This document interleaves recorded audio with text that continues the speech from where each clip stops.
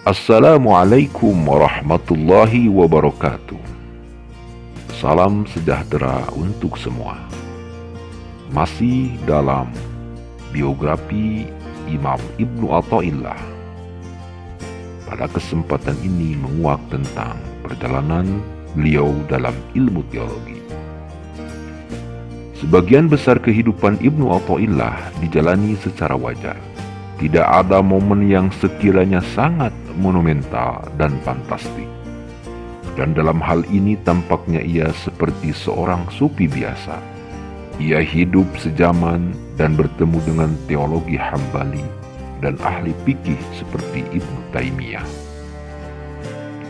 yang merupakan seorang penjaga setia orientasi Islam dan tegas dalam menentang beberapa tokoh besar sufisme seperti Ibnu Arabi.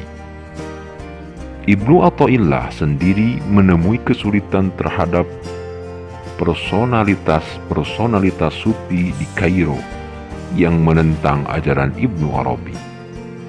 Kondisi pertentangan ini diperparah lagi dengan terjadinya kontroversi politik dan teologi. Pada waktu itu, para penganut mazhab Syafi'i sebagian besar berpegang pada teologi Asy'ari, sementara para penganut mazhab Hambali biasanya menentang usaha-usaha interpretasi spekulatif terhadap teologi. Namun, kelompok penganut mazhab Hambali terhitung sebagai kelompok yang relatif lebih kecil.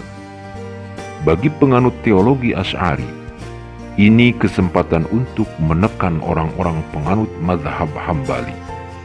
Kekacauan itu dipersulit lagi oleh para elit politik Mamluk pada waktu itu dalam perebutan kekuasaan. Mereka tidak segan-segan menggunakan dalil untuk legitimasi kepentingan mereka. Maka tidak dapat dielakkan lagi bila terjadi serangan-serangan gentar terhadap sosok Ibnu Arabi, dan juga muncul dalih-dalih yang membuat Ibnu Taimiyah menjadi sasaran kelompok-kelompok sufi. Sehingga kenyataan ini mendorong Ibnu Athaillah untuk beraksi. Atas nama ratusan fuqaha atau para murid yang lebih populer dengan sebutan orang-orang fakir dan syekh, dia pergi ke Citadel di Kairo dan menghadap Ibnu Taimiyah dalam kewaspadaan tokoh-tokoh agama yang takut kepada orang suci dari mazhab Hambali. Ternyata di Citadel tidak ada bantahan dan pembicaraannya, sehingga pertemuannya tidak menghasilkan apa-apa. Terpaksa Ibnu Athaillah meninggalkan tempat itu dengan perasaan tidak puas terhadap penyelesaian dari para pengikut mazhab Hambali, di mana Imam Ahmad bin Hambal masih berpegang teguh pada contoh literalisme yang keras dan sempit, contoh klasik eksoterisme Muslim. Pada waktu itu, Ibnu Athaillah, sebagaimana banyak fuqaha lainnya, telah menganut salah satu dari torekat-torekat sufi. Hanya 2 tahun atau sesudah itu, Ibnu Athaillah meninggal dunia di usia sekitar 60 tahun.